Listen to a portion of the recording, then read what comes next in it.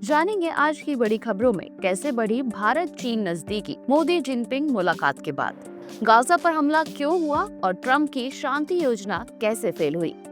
नागपुर में किसानों ने कर्ज माफी को लेकर बवाल क्यों किया। कनाडा में भारतीय बिजनेसमैन की हत्या कैसे और क्यों हुई।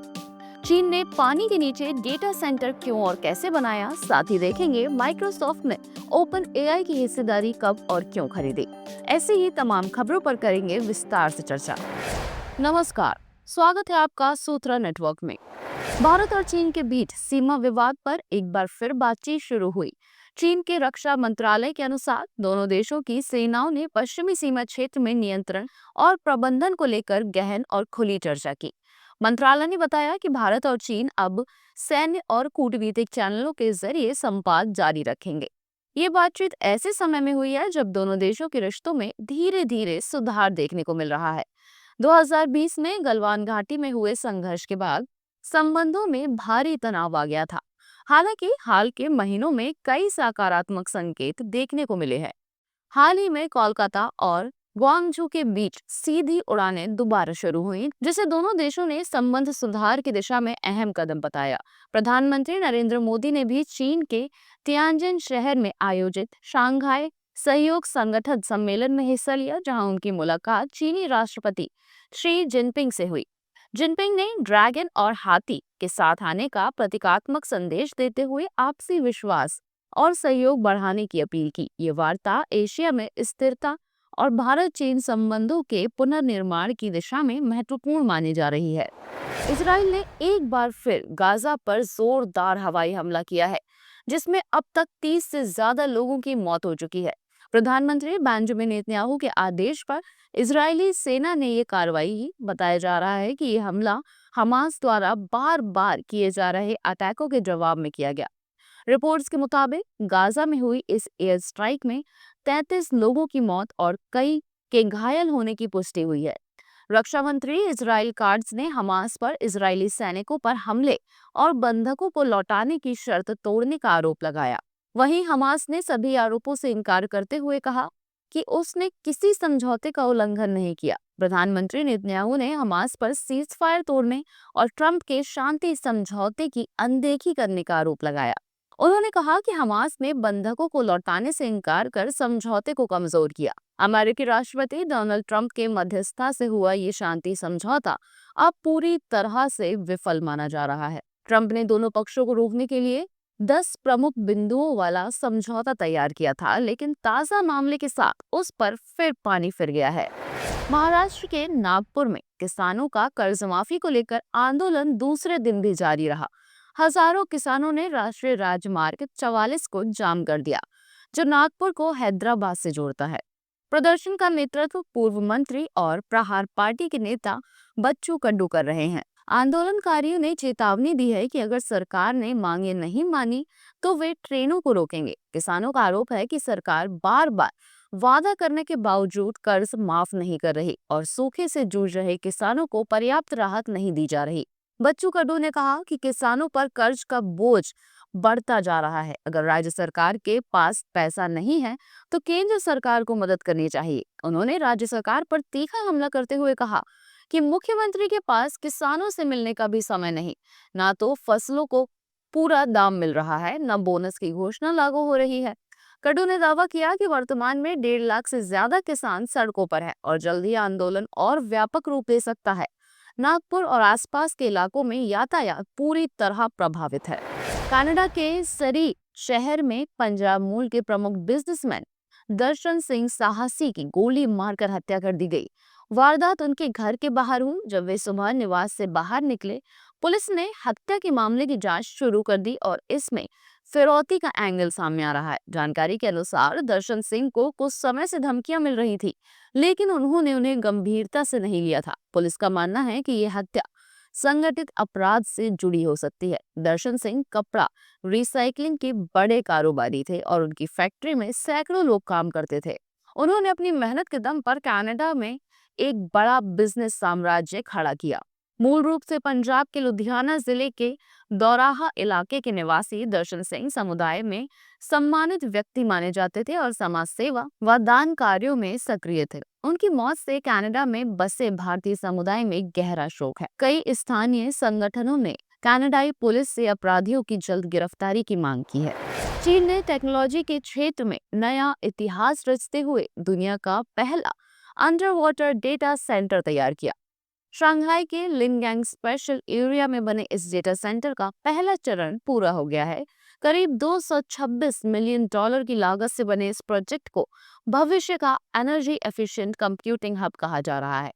पानी के नीचे बने इस डेटा सेंटर की सबसे बड़ी खूबी इसका नेचुरल कूलिंग सिस्टम है। सामान्य डेटा सेंटरों में 50% ऊर्जा केवल ठंडा रखने में खर्च होती है, जबकि इस समुद्र के पानी से स्वतः ठंडा होगा। इससे ऊर्जा खपत में 10% तक कमी आएगी। इसकी पावर कैपेसिटी 24 मेगावाट है और ये मुख्यतः विंड एनर्जी से संचालित होगा। विशेषज्ञों का मानना है कि ये मॉडल भविष्य में डेटा प्रबंधन और एआई सर्वर इंफ्रास्ट्रक्चर का स्वरूप बदल सकता है।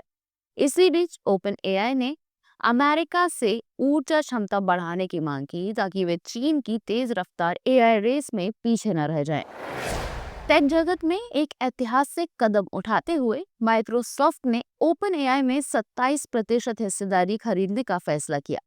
इस सौदे की कीमत करीब 135 अरब डॉलर बताई जा रही है, जो अब तक की सबसे बड़ी एआई डील मानी जा रही है। ओपन एआई, जो चैट जीपीटी जैसी क्रांतिकारी तकनीक की निर्माता है, अब माइक्रोसॉफ्ट के साथ मिलकर आर्टिफिशियल जनरल इंटेलिजेंस के विकास पर काम करेगी। ये ऐसी तकनीक है जो इंसानों की तरह सोचने और सीखने में सक्षम होगी। इस समझौते के तहत माइक्रोसॉफ्ट को 2032 तक ओपन एआई की उन्नत तकनीकों के उपयोग की अनुमति मिलेगी।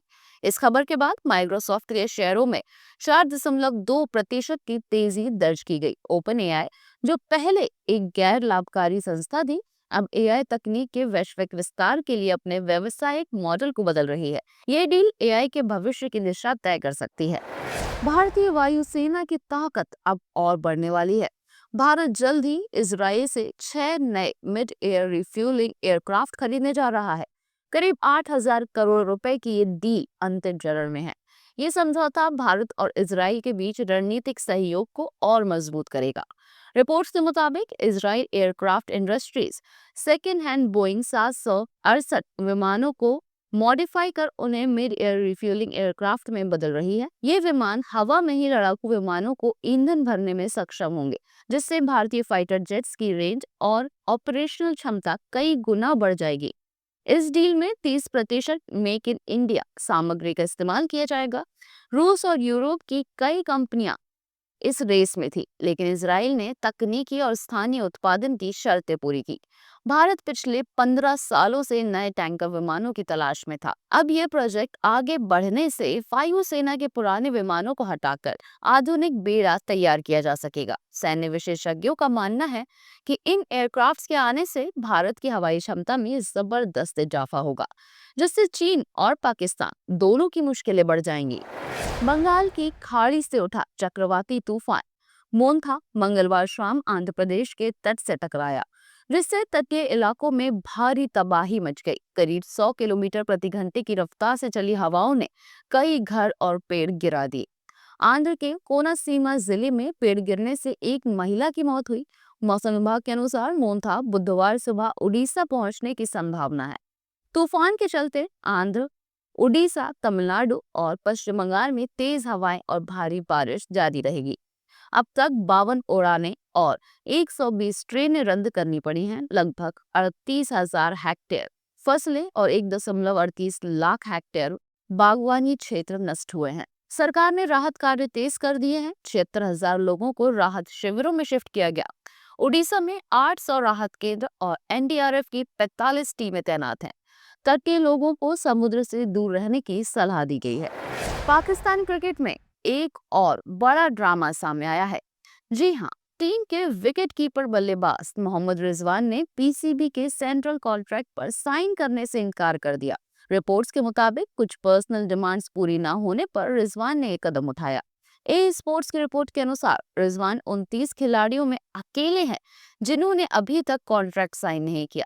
पीसीबी ने उन्हें कैटेगरी बी में रखा है, जिसमें बाबर आजम समेत 10 खिलाड़ी शामिल हैं। हैरानी की बात यह है कि इस बार किसी को भी कैटेगरी ए में जगह नहीं दी गई। ये विवाद तब बढ़ा जब रिजवान को ओडीआई कप्तानी से हटाकर शाहीन शाह अफरीदी को कमान दी गई। रिजवान ने पिछले साल बाबर आजम की जगह कप्तानी संभाली थी, लेकिन पाकिस्तान का प्रदर्शन लगातार गिरता गया, खासकर चैंपियंस ट्रॉफी 2025 में, जहां टीम नॉकआउट तक नहीं पहुंच पाई। अब ये विवाद पाक क्रिकेट में नए तनाव का संकेत दे रहा है। कनाडा में पंजाबी सिंगर्स पर गैंग वॉर का साया गहराता जा रहा है। ताजा मामला सिंगर चन्नी नट्टन के घर पर हुई फायरिंग का है। इस हमले की जिम्मेदारी लॉरेंस बिश्नोई गैंग से जुड़े गोल्डी ढिल्लो ने सोशल मीडिया के जरिए ली है। गोल्डी ने कहा कि यह मामला चेतावनी के तौर पर किया गया था, क्योंकि चन्नी नट्टन के सिंगर सरदार खेरा से बढ़ते संबंध गैंग को पसंद नहीं है। गोल्डी ने साफ किया कि नट्टन से कोई निजी दुश्मनी नहीं है, लेकिन जो भी कलाकार खेरा के संपर्क में रहेगा उसे परिणाम भुगतने होंगे। पुलिस के अनुसार ये हमला डराने के मकसद से किया गया था। बीते 6 दिन पहले ही सिंगर तेजी कहलो के घर पर भी गोलीबारी हुई थी, जिसकी जिम्मेदारी रोहित गोदारा गैंग ने ली थी। लगातार बढ़ती इन घटनाओं से पंजाबी इंडस्ट्री में दहशत फैल गई है और कई कलाकार कनाडा छोड़ने पर विचार कर रहे हैं।